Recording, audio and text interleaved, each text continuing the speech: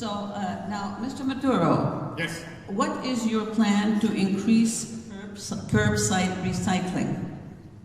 Well, we've already done that. In fact, we're starting to start curbside recycling for our recyclables in all the school systems.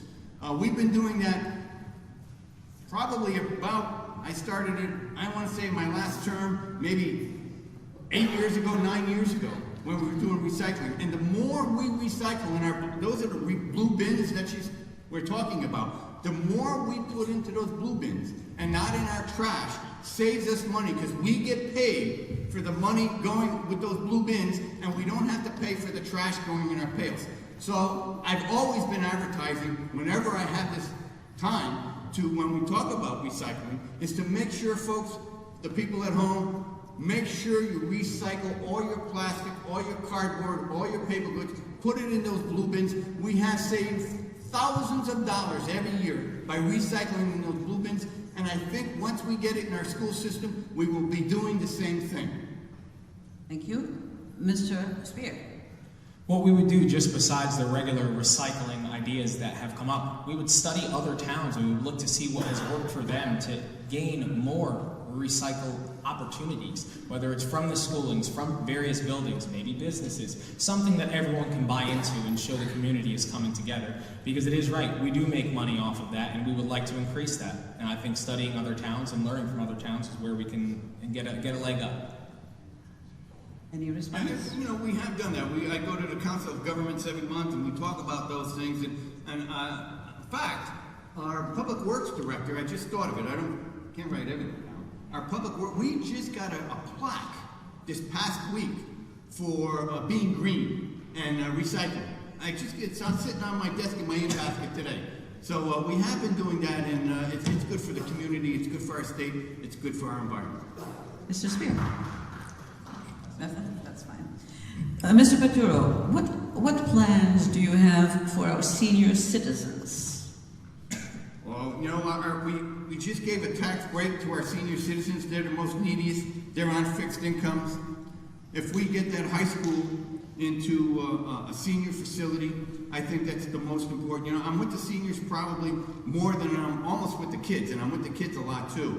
And the biggest thing that they ask for is lower taxes, and that's what we've been providing them. That's for a nice place to go at the senior facility, our senior center, and I think it is a great place for them to go. And we make sure that they have what they're needed there. In fact, I think we just purchased them a new TV. Jan Lugal, who runs the senior center, does an amazing job over there. They always ask us, the baby boomers, my generation, where they can't afford to stay in their houses anymore, or they don't want to stay in their houses anymore, or they don't want to do all the upkeep on their houses anymore. They're always looking for some place to go. So I think another place for our seniors to go would be an ideal place along on that old high school, which is only a block away from the bus line, a block away from doctors, a block away from Stop and Shop. It's just going to be a great facility. A hair salon, doctors will be in that building. It's a great place, and I think that's the best thing that we can do for our parents so that they can stay in our community that they've lived and grown us up in. Thank you. Thank you. No. Not a rally. Okay. Mr. Speer, what plans do you have for our senior citizens? Well, I'd first like to say that our senior center is not a senior center. It is our community center. And our senior center budget gets abused by renting it out and letting all boards and commissions in there on a nightly basis for free parties or free commission meetings. We're not doing anything. You don't understand how much toilet paper, paper towels, garbage bags, everything. That doesn't come out of any extra budget, and nothing has been increased with the senior center's budget in a very long time. We would also focus on improvised senior bus. We need more buses. We're one of the only towns that has one bus. We should have 2 or 3 buses moving forward to try and help our seniors get around and help them do what they need. We must help look into expanding our tax freeze for our seniors and our veterans so they are no longer squeezed out of their homes by the 15% tax increase over the past 4 years.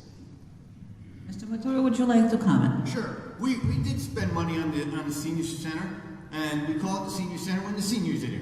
The senior center just had a new makeover not too long ago, and I think that was within the last 8 years also.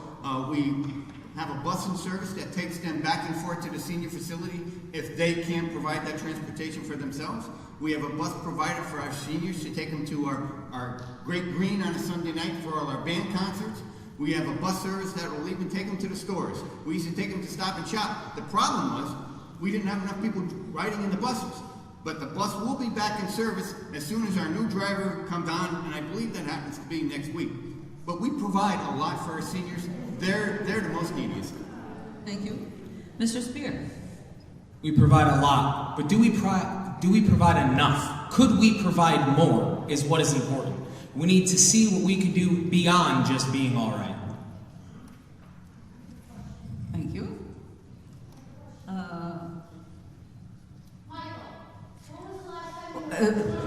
Thank you. Not from the floor. Please write a question. Please write a question. All right, Mr. Speer, what life experience would you draw on that would help you run the town? Life experience comes with having integrity, honesty, being somebody that will reach out to the town.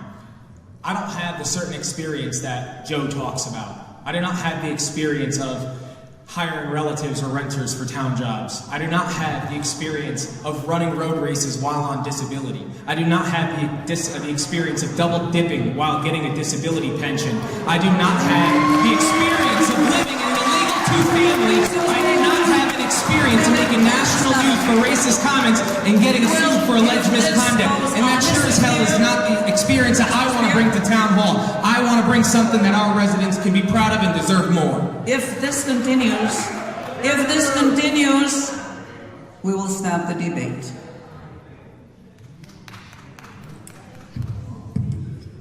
People didn't quite hear what you had to say. I interrupted you. Would you like to say it again?